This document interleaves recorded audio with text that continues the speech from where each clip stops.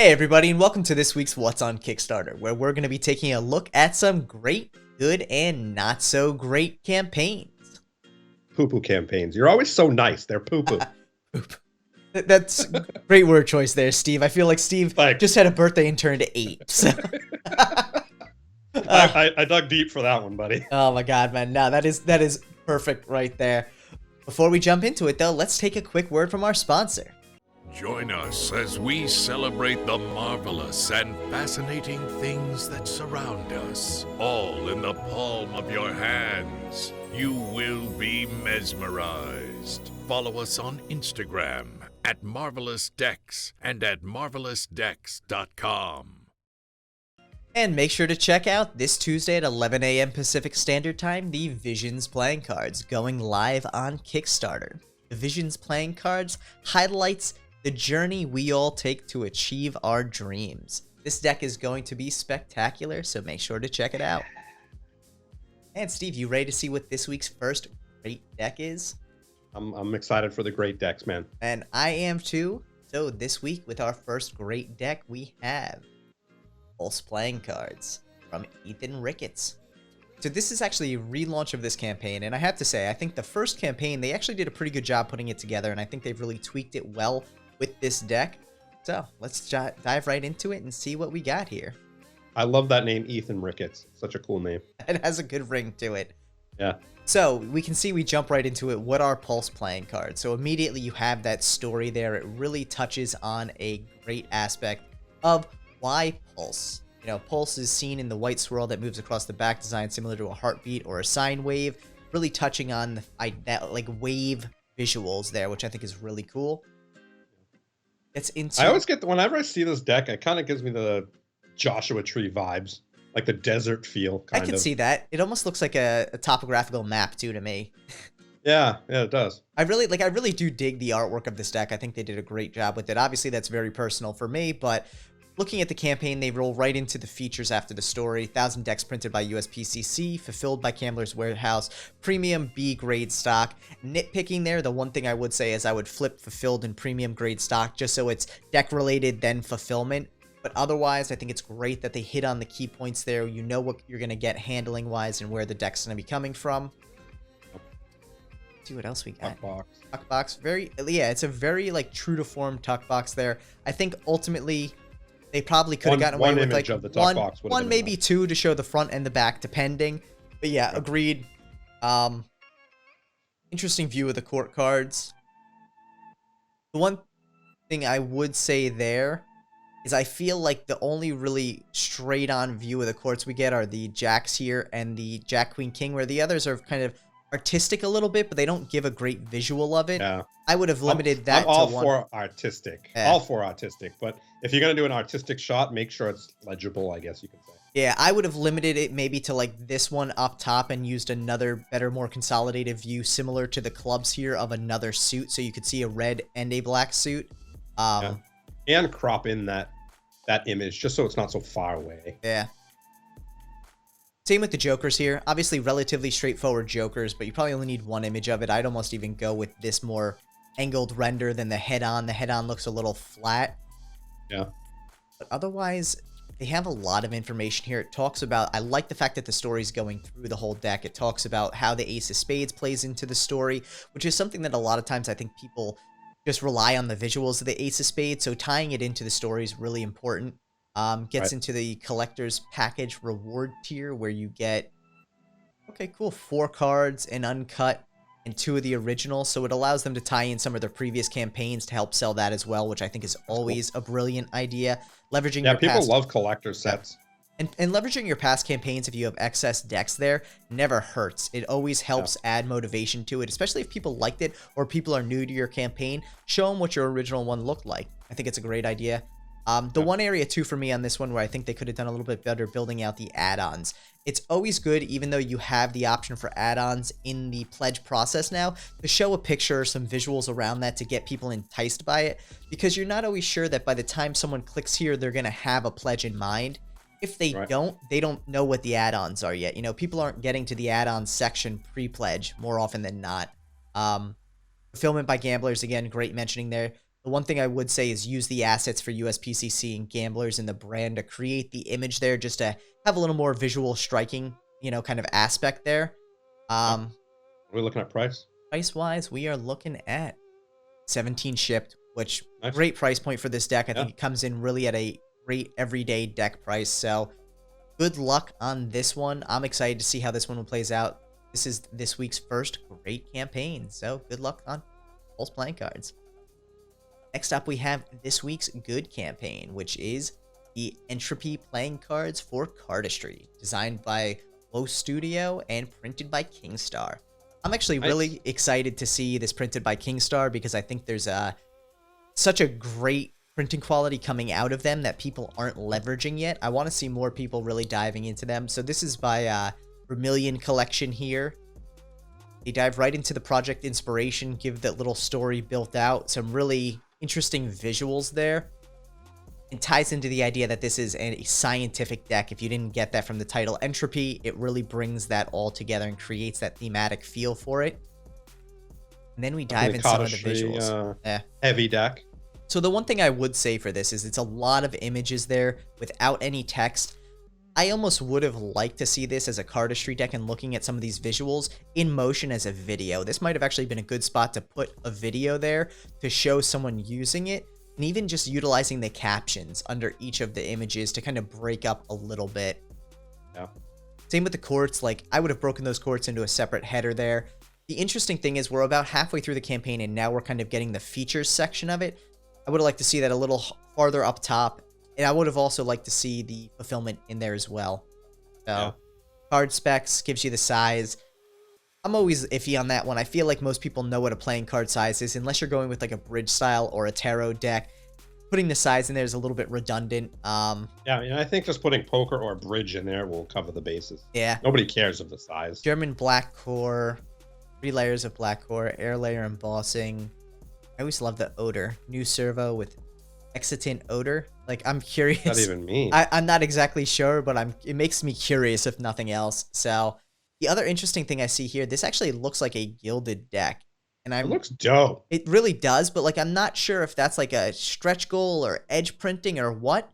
And they don't really... Right from the top, it looks gilded, right? Yeah. But it doesn't talk about it. And like that's the thing to me, like I feel like we need some more details on that because that's an awesome selling point. Edge banding, embellishment color. So like to me, is that edge printed or is it edge gilding? Like I'd be curious to see the distinction there. It kind of looks like edge printing to me, and if so, cool. But I would definitely put more of a selling point on that because I think that's a great sales tactic for this deck. Yeah. What's the price on this thing? We're looking at $14 shipped. That's a steal. Cheap. The one thing I will say too here, and this, you know, as this is I think something that makes this a good campaign, not a great campaign to me, is $4 shipping in the US. They're gonna end up eating a little bit on shipping costs because in reality, a single deck you're looking at about $3.85 shipping cost, but then you have to factor in the handling, the packaging, the box itself, things like that. So while shipping itself may be $3.85, $4, those boxes aren't free. And if you're selling 1,000 decks or even 500 decks, that's a lot of boxes. It has a inherent cost itself. So that's 20 cents a box. Exactly. And that's depending on how much bulk you're buying it with. So rolling that up to the normal $5 to $6 mark encompasses a lot of that there instead of eating into the potential deck cost to lower shipping a little bit. I think people are comfortable with $5 to $6 shipping. Let's see where we're at. $4 shipping world over. They're going to eat a lot on that. And if you go up actually all the way to the top where the goal is. Yeah. I mean, this campaign is going to cost a lot of money. Yeah. I mean, even 64 backers. Here's the thing. 64 backers, say they're all international, that's $640 minimum shipping if they order 1 or 2 decks each. Like, you're looking at a pretty significant amount of shipping cost just for that as well. I really do think that that's what makes this a good campaign, not a great campaign, is some of those logistics just haven't been fully fleshed out. The nice thing is they've done previous campaigns and previous decks, so there is some reputation behind the brand to make it credible. But they're definitely going to eat cost on this, and that's problematic for the creator more so than for the backer. Yeah. I like that they tie into their previous collection as well. Their SCP deck was so cool. It really is a dope deck. And then a shout out to R. Smith Creative there, who does phenomenal photography. So nice on that. Always good to see them giving shout outs to people who do the photography for their stuff. The risks and challenges to me, I think, just needs to be fleshed out a lot more. This is where I think, you know, the big things to me about this campaign that really make it good instead of great are the unrealistic goal, that shipping cost, which is going to hurt for them. Just a little more text throughout the images to kind of break it up a little bit, but also that risks and challenges. I think those 4 things make this, you know, easily a good campaign that could be great if they address them. And ideally, addressing those shouldn't be too big of an issue. Obviously, shipping can't do much about now, but yeah, good luck. Good luck. And for this week's Needs Help deck, we have the Revolutionary... Poo-poo deck, dude. It's the poo-poo deck. Poo-poo campaign. Let me fix that. Poo-poo campaign. That will definitely not be what the seal reads. But this week we have the Revolutionary Girl Utena custom playing cards. So, off the bat, super low goal, which to me is...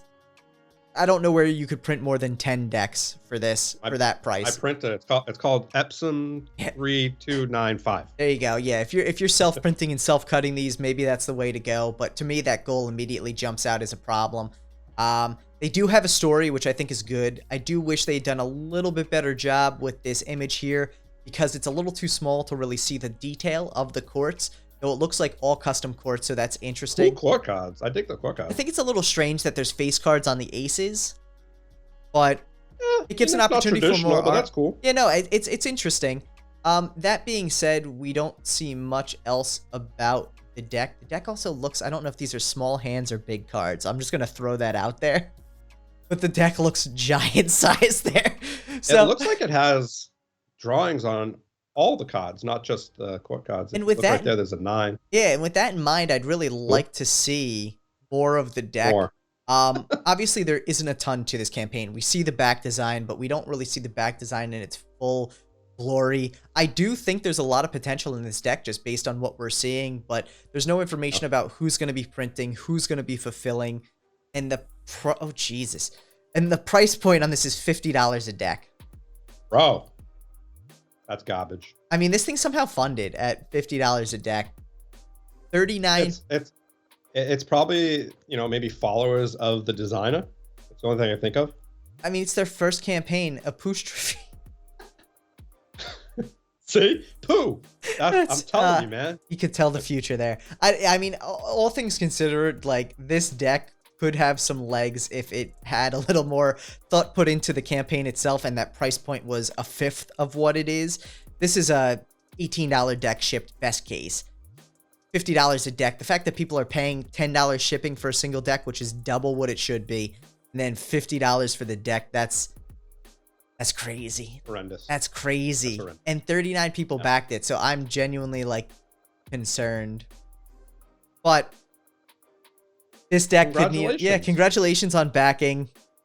This, I think, could actually be a lot more successful if there was thought put into it and really fleshed out in a way that would make sense for Kickstarter. But good luck to you on this one. And, yeah, let's see what else we got this week. So, for another great deck this week, we have the Manga Hit playing cards. With a reasonable goal there for a single deck, 8,700, you know, factoring in shipping, that's a little on the high end, but still within the acceptable range. I think it's not bad for a standard deck. Campaign really goes into the feel for the deck here, the story, the terminology behind it. I'd love the artwork on this. I'm not even going to lie. I think this is such a cool looking deck. Yeah, it's like a comic book style. It really is. It taps into that whole Japanese manga style to it, and it really pulls it throughout the deck. I mean, it's almost like a comic book itself on each of the core cards. I wonder if it actually tells a story. But I think... I really wish it was in color, man.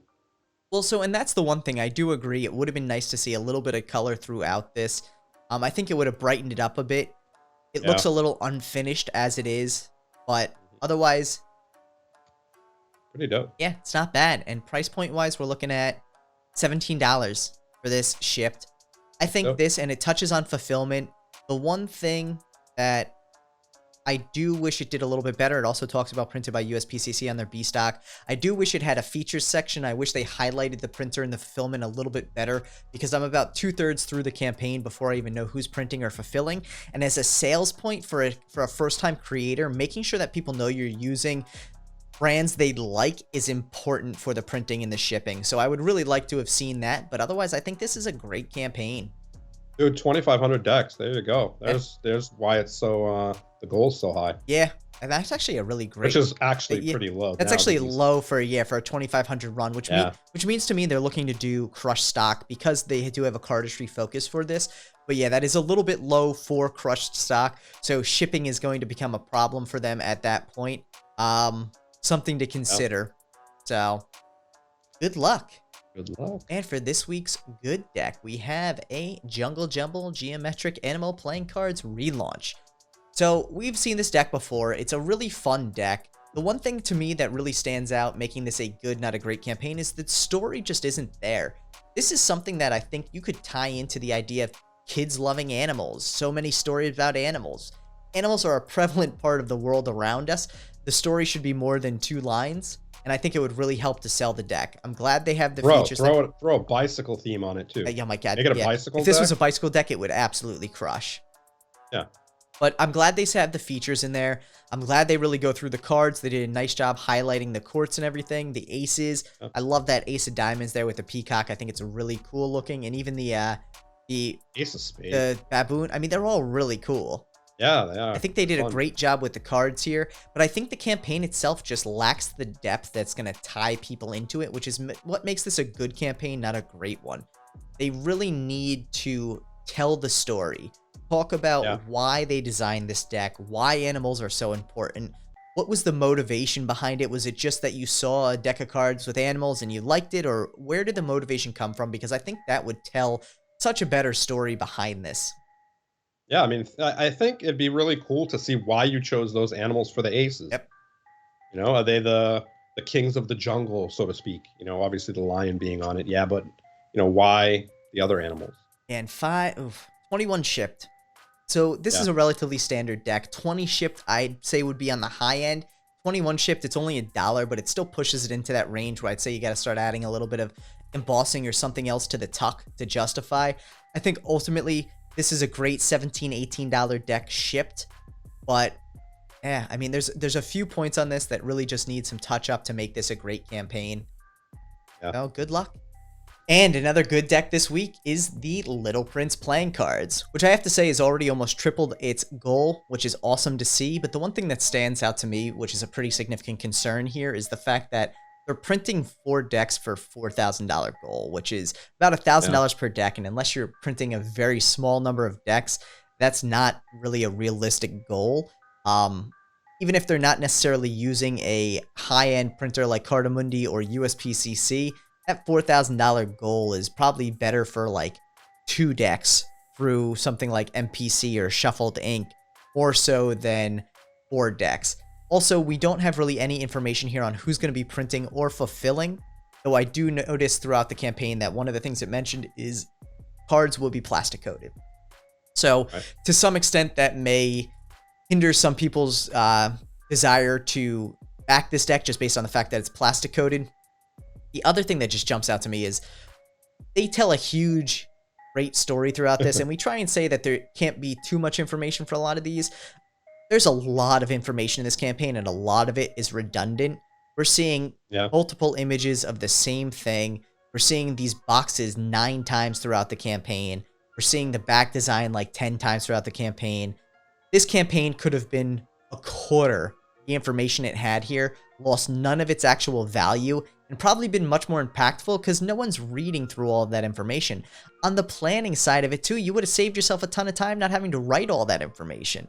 So while this campaign is a good campaign, there are definitely some things to it that raise some concerns about the quality of the cards or whether or not they're going to be able to fulfill with the goal they have there for all 4, just because it is expensive to print even small run decks.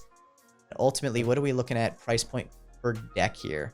Single deck is $20 shipped. So for a plastic deck, that's a little bit high. All things considered, if you like the artwork, you like the theme, $20 is reasonable for this, but I personally wouldn't pay $20 for a plastic deck. The other thing I will say here too is PDF. Interesting stretch goals. Yeah, I mean, in reality, $6 for a PDF uncut sheet, that's something that you should be providing free if people really want it. All things considered, there's no digital aspect to that. Or make it an add-on. Upgrader. Like, I get where they're coming from with some of this stuff, but like tiers, to get 4 tiers down before you can select the deck is just prohibitive. I would not have gone that route. I would have had your first donate tier, your second be the deck tier, and then add that other stuff in as add-ons, even if you want to associate a cost with it. Yeah. Well, good luck. Good luck. So another needs help campaign for this week, the Football Elites Limited Edition football playing cards. The one thing that really stands out to me on this one is that they talk about the printing, but they don't talk about who's going to be printing. And maybe it's Lautrec.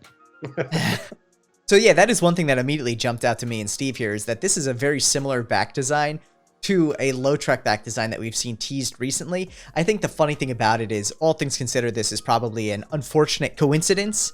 Yeah. But it goes to show that this has nothing to do with football. Yes. Yeah, not that, I mean, it's a very MC Escher style design, but I'd be curious to see what their reasoning behind that design was. Right. But I really just think that they don't touch onto a lot of the important stuff here. So we don't know who's printing other than, you know, print to professional standard. We don't know who's shipping other than worldwide shipping. Follow the progress and get the latest update through our Instagram here. Good that they're relying on their social media account. But all things considered, like, this isn't selling me on the deck of cards because they're selling the football players. They're not selling the information. Stories there at least. But I think printing and shipping on this is just going to be a big issue. Also, that goal is just way too low for what this deck is. And we're looking at $25 a deck. So again, this is an $18 deck to me. Yeah, not for sure. Yeah. So good luck on it, but it definitely needs a bit of a revamp. Poo-poo. And for a fun magic trick we came across this week, we have the Incredible Magic with Neural Miracle playing cards from Phil Smith. For anyone who doesn't know Phil Smith is a marked card genius. He had a hand in the development of the DMC Elites, which are one of the most amazing marked cards out there to date. Yep. So it's fun to see more Magic coming to Kickstarter. We talked about this last week with TCC's campaign. I'm really excited to see how this plays out. I think Phil did a great job putting this campaign together. Not only does it tell an amazing story, but it really touches on some innovative use of technology in Magic these days. It talks about the deck itself and how the deck can play out. The one thing I will say, not being a playing card campaign, it doesn't really get into a lot of the specifics we would usually expect from a deck campaign, but I think that's fine with what the purpose is in mind. This is clearly meant to be for a magician who's going to use the deck and wristband for its purposes there. I would have liked to see a different color wristband. Yeah, make it a little more subtle. Right. Yeah, you know, if you're doing Magic, it's kind of a little suspect having a deck of cards that is a certain color and then having a wristband with the same color. Yeah. Yeah, it does kind of make that mental connection with the gimmick a little bit there. Yeah. And all things considered, like I said, you know, we're not expecting playing card style of campaign. We're not expecting the playing card creation style of a campaign to come over to the Magic, but it would have been nice to see who's going to be printing this as well. I have a feeling it most likely is USPCC because Phil is an established card creator and card producer. But all things considered, dropping it in there wouldn't have hurt because then people could buy this and use the deck without the wristband if they wanted to. It doesn't limit the use case if you know it's a good usable deck. Yeah, how much does it come in at? I think that might put it out of just using the deck. $55 for the wristband plus deck. So yeah, I mean, what I'm saying though on the just using the deck is you don't have to rely on solely the wristband. You're buying a gimmick with multiple parts to it. But yeah, there is a bit of a cost that's a differential there that you would expect because it is a Magic trick. So you're not just getting a deck, you're getting the wristband, you're getting tutorials, you're getting use case around it. So I think that does kind of make the price point a little more understandable. But I am really excited to see more creators coming to Kickstarter with Magic. Yeah. So Steve, let's take a quick word from our sponsor here, and then we can tell everyone what we plan on backing this week and check out some of our fun campaigns. Yeah. Join us as we celebrate the marvelous and fascinating things that surround us, all in the palm of your hands. You will be mesmerized. Follow us on Instagram at Marvelous Decks and at marvelousdecks.com. And if you haven't checked out the Visions playing cards on Kickstarter yet, they launch this Tuesday, March 30th at 11 a.m. Pacific Standard Time. Make sure to head over to the link in the description below and click the Notify Me on Launch button. Don't want to miss out on the Visions playing cards. So man, what are you thinking you're backing this week? I think I'm saving my money this week.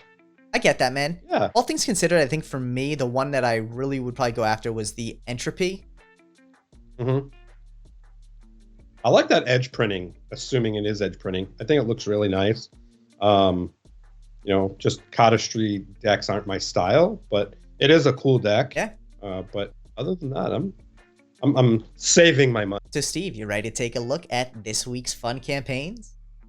Oh, I'm so ready. Dude, I gotta say, this is my favorite part of the videos now. Man, we may have to just either make this more of a major part of it or something, because there's a lot of fun campaigns out there. And I'll tell you too, it's funny because going through decks in the past, we've always been like, man, there's a good amount of decks that you just don't know how they've made it to Kickstarter.